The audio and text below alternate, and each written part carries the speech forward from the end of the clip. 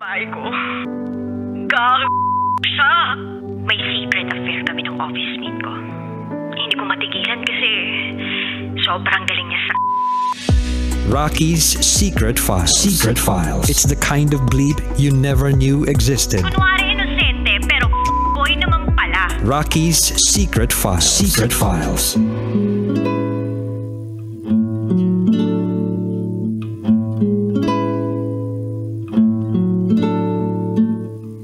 And we're back. Kasama niyo pa rin si DJ Rocky and this is Gwen's Secret File. Si Gwen na nagmahal ng isang sundalo, kaya lang nung nadestino etong minamahal niyang sundalo, nagkaroon ito ng iba. Pero hindi lang naman yun yung unang beses, diba? Hindi pa nga nadedestino, nagkakaroon na ng iba. Pero bigay ligaya pa rin siya, bigay niya pa rin lahat ng kaya niyang ibigay. So, tayo ng bahay, suporta sa pamilya, mga gamit, bagong sapatos, motor, ano pa ba? Dami niyang naibigay. Siguro kung kukwentahin lahat yun, makakabili na siya ng isang condo. Charot with the rot. O, iyak ko doon. But anyway, hindi, baka naman pwede talaga, no? House and lot sa Cavite, gano'n. But anyway, kabisyo, ang mahalaga na tapos na. Ang mahalaga na tuldukan na. And blessing in this, guys, kapag umayaw na rin yung isang tao, na kapag may pinili na siyang iba. Kasi para sa iba, parang, uy, ang sakit-sakit kasi pinagpalit ako. Ang sakit-sakit kasi hindi ako pinili. Pero actually, okay na rin yun. Bakit? Kasi, wala ka nang aasahan dun sa taong yun. Pinagpalit ka ni. Dapat nga mabuhay yung galit dyan sa'yo para mas tuluyan ka makamove on. Naniniwala ka ba dun, kabisyo, na kailangan mo ng galit para makamove on ka? Para maisip mo talaga na hindi na dapat balikan yung taong yun. Ako feeling ko nakakatulong yun sa akin. Yung pagkakaroon ng konting galit, inis, kasi pag wala yun, feeling ko maaawa lang ako, babalik lang ako. Ganun eh. Pero kapag nandun yung galit, nandun yung pait, yung inis, ay, feeling ko aayaw ka na talaga. Anyway, pakinggan na natin yung mga kabisyo natin nag-share ng kanilang mga thoughts, comments, suggestions, and violent reactions. Ito po ang sabi ng ating kabisyo na si Richard. Hi DJ Rocky, magandang gabi sa iyo at sa mga listeners mo. Alam mo DJ Rocky, naloka ako sa mga pinaggagawa ni Gwen sa kanyang minamahal. Siguro darating talaga ang punto sa buhay natin na magigising na lang tayo sa pagiging baliw natin sa isang tao. Remember, ikaw ang makakakita ng worth mo at hindi ibang tao. Yun lamang po, DJ Rocky. Maraming salamat from Richard. Thank you so much, Richard. Ito pa sabi ng ating kabisyo na si Gier Pagaling. Mas maganda ka pa sa gabi, DJ Rocky. Uy, thank you. Ano nang bola ka pa? Isa rin po akong sundalo, pero hindi po ako manloloko. May mga matituno naman pong sundalo na kahit hindi pa lumalabas ng kampo at hindi pa nadidestino, mananatiling matino. Nagkataon lang siguro na yung pinili mong mahalin ay maloko. Okay ka na sa iba? Next time, pumili ka ng sundalong matino. Paano mo malalaman kapag matino ang sundalo? Kapag hindi nagse-cellphone. Ibig sabihin, may kasulatan yan. Charot, wait, darot. Uy, grabe ka, Gear. Anyway, yun lamang po, DJ Rocky. Maraming salamat. Good evening. Mabuhay ang mga sundalo. Thank you so much. Eto pa sabi ng ating kabisyo na si Gab. Ay, grabe naman si Ate Gwen. Effort sa pagpapadala ng pagkain. Wife material naman talaga siya. Pero naging wife material siya sa maling tao. Ang tunay na taong pahahalagahan ka ay hindi sasayangin yung tsansa, effort at pagmamahal na ibinibigay mo. Kaya buti na lang ay hindi na kayo natuloy pang ikasal. Hayaan mo na yung babae niya na bago ang sumakit ang ulo. At least ikaw makakalaya ka na doon sa sakit sa puso at sakit sa ulo at sakit sa bulsa. True! Yun lamang po, DJ Rocky. Maraming salamat. Pabati po, watching from Bukawe, Bulacan. God bless. Eto pa sabi ni Darwin, grabe naman yung ex-boyfriend mong sundalo. Sabi niya sa'yo na ayaw niya yung may kulay yung buhok. Bawal magsuot na maiksing damit pero pumatol siya doon. Ay, baka sumobra lang siya sa pagiging conservative sa'yo. Tama lang na naghiwalay kayo. Baka nga kung manatili pang maging kayo, baka ikaw pa yung masakal sa pagiging mahigpit niya sa relasyon ninyo. Piling ko hindi naman siya ganun kahigpit. Eto pa sabi ni Joanne, kalimlim. Maya Pabengi, Keka, DJ Rocky. Para kay Gwen, proud ako sa'yo.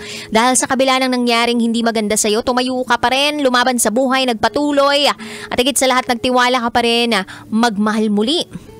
Hayaan mo na yung ex mo. Sana pala nung nasa ospital siya, pinabayaan mo na lang siya, diba? Charot with harot. Piliin pa rin maging mabuting tao sa kabila ng hapgi at pighati na binabato ng tadhana sa'yo. Yun lamang po, DJ Rocky Malago. Shout out sa buong team, Rocketeers. Salamat sa mga nagsabing malago ako. Ika ka mo, no? Ano daw? Basta kapangpangan, manyaman. Alikubalo keka na anong sasabihan mo? Anyway, eto pa sabi ni JP. Wala akong maipayo sa sender natin. I'm just happy na nakikinig sa storya. Na ikaw rin ang nakaiintindi sa sitwasyon mo. Tulad ng sabi ni sender, unti-unti na rin naman siyang naging okay. Buti na lang na share mo ang storya mo at naway kapulutan nito ng aral ng iba. Yun lamang po, happy Thursday, ingat pauwi from Tambay Love. Salamat. Ito pa sabi ni CS. May do's and don'ts pang nalalaman sa relasyon tapos papatol rin pala sa ayaw niya. Galing nun ha, sundalo pero hindi professional pagdating sa pag-ibig. Let go mo na yun ha, sender. Total, may bago ka naman ng karelasyon. At para doon sa kanya, mukhang hindi mo pinanindigan yung mga ayaw mo. Tingin mo ba? Wala siyang inaayawan sa ganyang ugaling meron ka? Anyway, ang gulo ko lang, DJ Rocky. Para po ito sa lahat bago kayo magsabi ng gusto at ayaw ninyo, alamin nyo muna kung ano talagang gusto ninyo at ayaw nyo sa sarili nyo. Ang galing-galing nyo magsalita tungkol dyan pero hindi nyo kayang panindigan. Nagkakalokohan ba tayo? Kagigil? From CS. Thank you, CS. Hi kay Peter John Salvatera. Know your worth, girls. Huwag kayong magpakamartir sa mga lalaking sinasayang lang kayo. Listening from the middle of the ocean. Pabati po kay Patrick. Mag-look out ka ng maayos dyan sa bridge. Huwag puro kinig kay DJ Rocky. Mag-look out kasi kayo dyan sa bridge. Thank you, Peter John Salvatera. Hi din po sa ating kabisyon na si Jason. May ganun talaga yung iba, hindi makontento. Kung ako sa'yo, magpakalayo, iwan mo na lang talaga yon. Hanap ka na lang.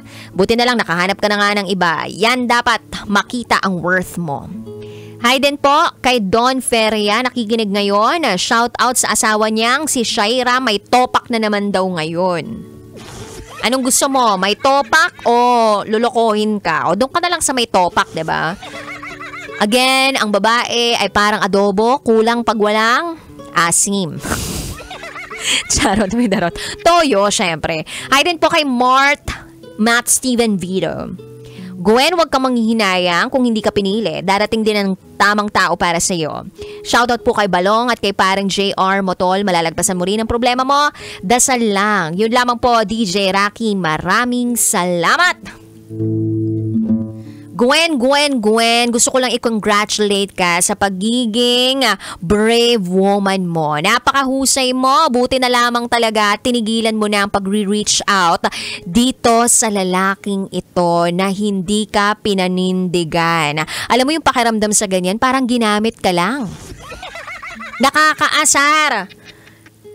Yung tipong binigay mo na lahat. Lahat na ng singit mo. Pinagtrabaho mo na. Lahat na ng daliri mo, ultimo sa paa.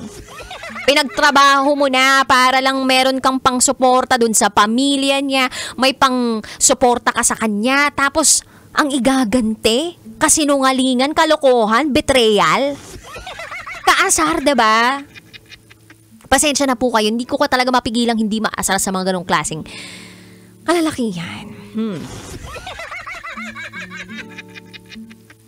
Ang pinakamaganda kasing maibibigay nyo na lang sa isang lalaking, sa isang babaeng tunay na nagmamahal o sa isang taong tunay na nagmamahal, yung katotohanan, yung pagiging tapat at totoo ninyo. Kung sakali man na hindi nyo na kayang magpakaloyal, ganito lang sabihin ninyo. Nangangati na ako sa iba, pwede na ba ako magpakamot sa kanya? Charot, tuwid, darot. De, biro lang. Pero pwede mo namang sabihin in a nice way, diba? Alam ko na masasaktan pa rin. Kasi nga, the truth hurts eh. Pero yun yung magpapalaya sa isang tao. At pag ang isang tao ay marunong umintindi, ma-appreciate niya ang pagsasabi mo ng katotohanan.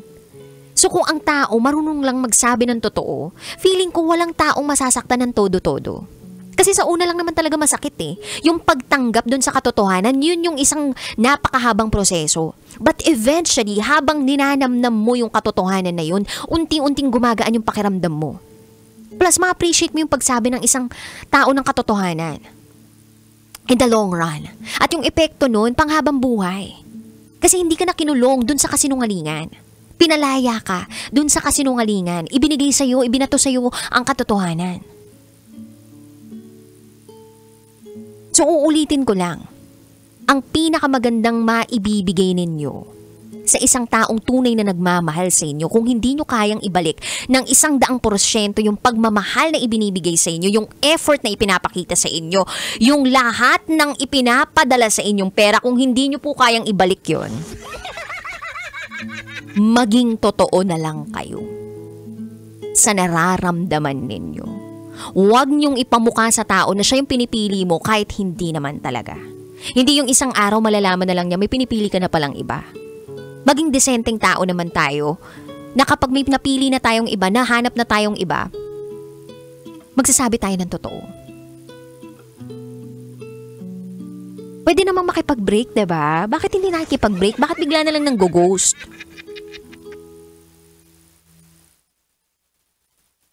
Kaya yung mga babae na nakaka-experience ng ganitong klaseng treatment at pagtatapos sa isang relasyon, yung bigla-bigla na lang ginughost.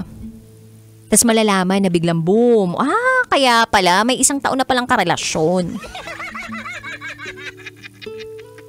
Napakatapang, nabibilib ako sa mga ganong klaseng tao, sa ganong klaseng babae, napakatapang.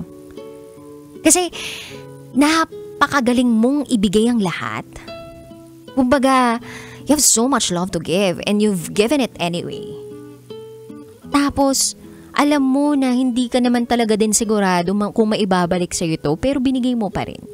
Napakatapang ng ganong klaseng aksyon na. At hindi lahat ng tao kayang gawin yun. Yung iba, may kondisyon pa, o dapat ganito yung gawin mo, ganito. Nag-iisip ng todo-todo, pero ikaw pinagana mo yung puso mo. Do I see it as a weakness? No.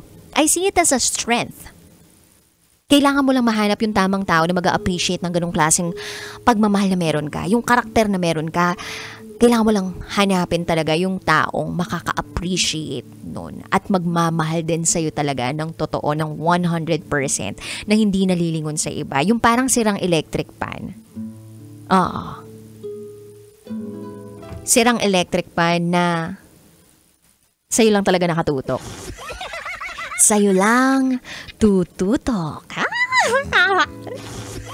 Charot with Harot. Anyway, sa mga kabisyo natin out there na gusto mag-share ng kanilang secrets, share to me raketera@gmail.com. I gotta say, BRB as in bathroom break for top secrets. Kapiling pa rin ang inyong Basa Princess, DJ Raketera, at ikay nakatutok sa 90.7 Love Radio. Kailangan pa bang i-memorize yan? Basic. This is Gwen's Secret File.